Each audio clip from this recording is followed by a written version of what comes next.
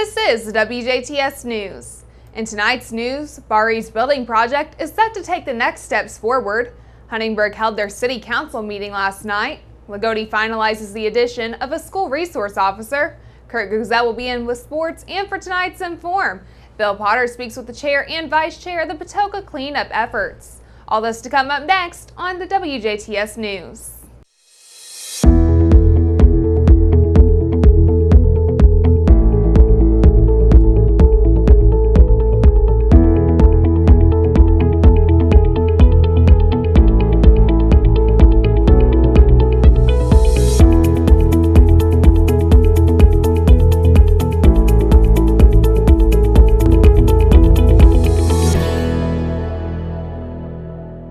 Good evening, I'm Jurnee Davis with the news. Huntingburg City Council met Tuesday night, approving several changes and orders in regards to the Market Street Park project. The changes stem from a number of surprises found during the excavation of the park area. There have been 15 change orders for a total of more than $258,000. The Du Bois County Community Foundation had set aside money for the possibility of the change orders and is anticipated that by 2019, there will be $171,712 to cover part of the cost, leaving $86,769 not allocated for, which will be decided at a future meeting. Meanwhile, the council heard that 4th Street Heritage Trail project is on task to be put out to bid, with adjustments made to the bid documents to better suit the established budget for the project. A public meeting will be held Wednesday, September 5th at 6 p.m. at the Huntingburg City Hall to give citizens and business owners alike a chance to ask questions and receive information about the project from government leaders in the design team versus engineering and TSW design. Once again, that meeting will take place Wednesday, September 5th at Huntingburg City Hall, getting underway at 6 p.m. The meeting will be facilitated by VS Engineering and Taylor Siefker Williams Design Group. And the council was presented a demonstration of the new water metering system by City Water Superintendent Gary Meyerholtz. Meyerholtz showed the department what they see from the new website that collects the data from new meters, giving the water department more accurate information, which is updated every 4 hours. Now with this technology, the water department can find out immediately if a meter isn't functioning right, or even if a water user has a water leak. In one instance, Meyerholtz told the council of a case where, after an increase of water usage over a few hours by one customer was noticed, the person was informed of a possible water leak at their home. As it turned out, the customer found out that their kids had left a water hose running at the backyard. Fun in the sun at Patoka leaves a lot more behind than just summer memories. It results in trash and debris buildup along the lake shore. Park officials need your help to help restore the lake to its pristine condition for wildlife safety and people to enjoy by helping remove trash and debris from the shores of Patoka Lake on Saturday, August 25th. The event begins at 8 a.m. and lasts until 11. Sign-in will begin at 8 a.m. at the U.S. Army Corps of Engineers office next to the dam and spillway, with trash pickup to follow. All participating volunteers will be rewarded with a free lunch at the Army Corps office starting at 11 a.m. Door prizes will also be awarded at this event. Volunteers should wear sturdy walking shoes. However, all other supplies will be provided. Just bring your family, friends, students, and club members. For more information, you can call Whitney at the Patoka Lake Nature Center at 812-685-2447. And stay tuned, we'll have more on that coming up on tonight's Inform. The proposed $12 million construction plan for Bar Eve's new building appears to be moving forward. The project is an expansion of one that had already been approved that will utilize $6 million in low-interest qualified Zone Academy bonds. School officials say that by using the bonds and combining them with the traditional bonding into a single project, they believe that they will save money on legal, financing, design, construction, and interest costs over a more traditional expansion. The original project for the bonds called for converting the multi-purpose room into 6 classrooms, expanding the cafeteria, and updating mechanical systems within the school. This additional project calls for 10 to 12 new classrooms and a 3,500-seat gym and band and music facilities.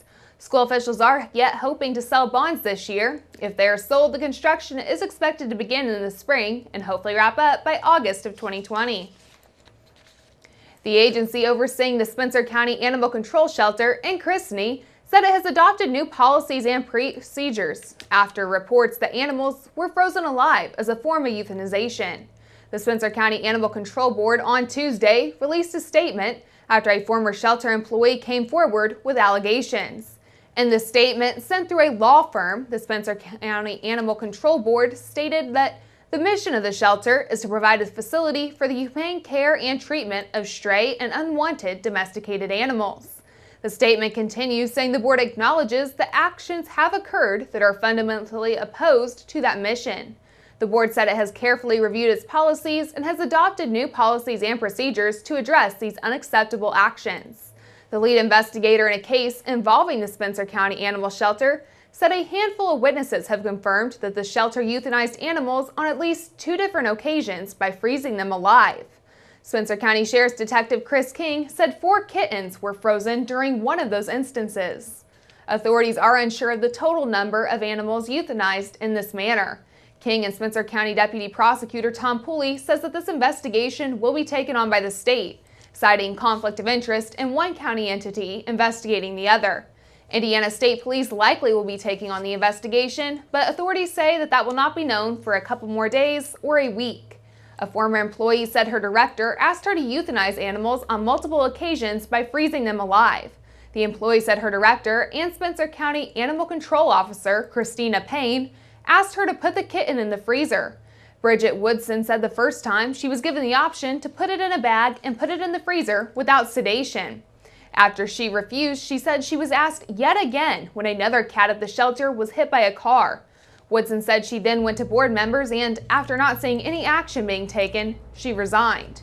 The American Veterinary Medical Association has deemed hypothermia as an unacceptable and inhumane mode of euthanizing an animal. A restored World War II naval vessel will move to a more prominent location along the Ohio River in Evansville under a plan approved by city officials.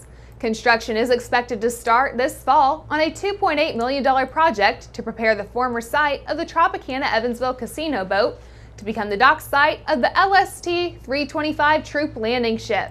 Organizers say that they expect the ship's 10,000 annual visitors will double with the new downtown location. The ship has been docked a few miles upriver since 2005. The ship took part in the 1944 D-Day landings in France and was brought back to the U.S. from Greece in 2001 to be restored. Although off-duty city police officers have been serving as SROs at the Lagodi schools since class started recently, the Lagodi City Council officially approved an interlocal agreement earlier this week between the school corporation and the city. The Lagodi School Board had approved the agreement at its July 19th meeting. Mayor Noel Hardy actually signed the agreement at that meeting, along with Board President Brent Corder, but the agreement did not actually become active until the council approved it on Monday.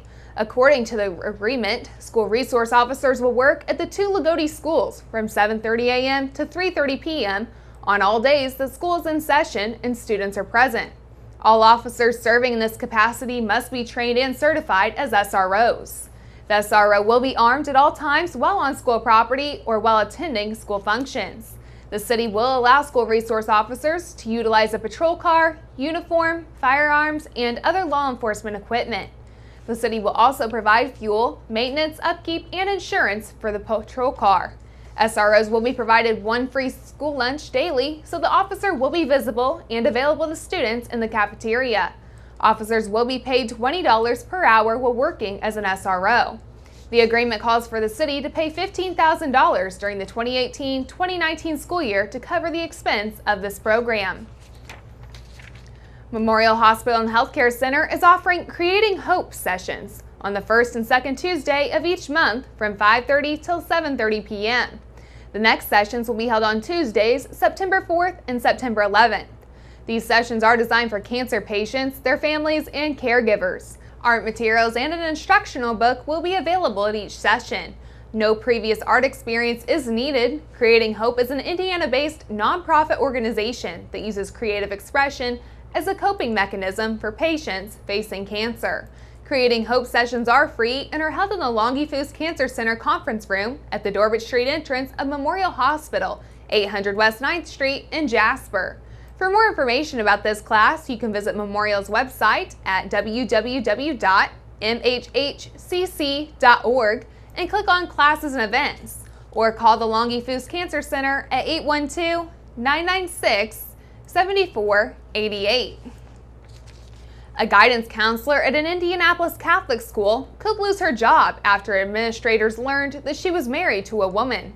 Roncalli High School President Joseph Hollowell told the Indianapolis Star in an email Monday that Shelley Fitzgerald had been placed on administrative leave. The newspaper said that she's worked for the school for 15 years and has been with her partner for 22. She says that she has hired an attorney. The school responded to criticism of its stance with a Facebook post saying in part that the personal conduct of every teacher, guidance counselor, and administrator and staff member, both at school and away from school, must convey and be supportive of the teachings of the Catholic Church. A protest took place Monday at the school. That's a look at news. Stay tuned. Weather is next, followed by sports and WJTS Inform.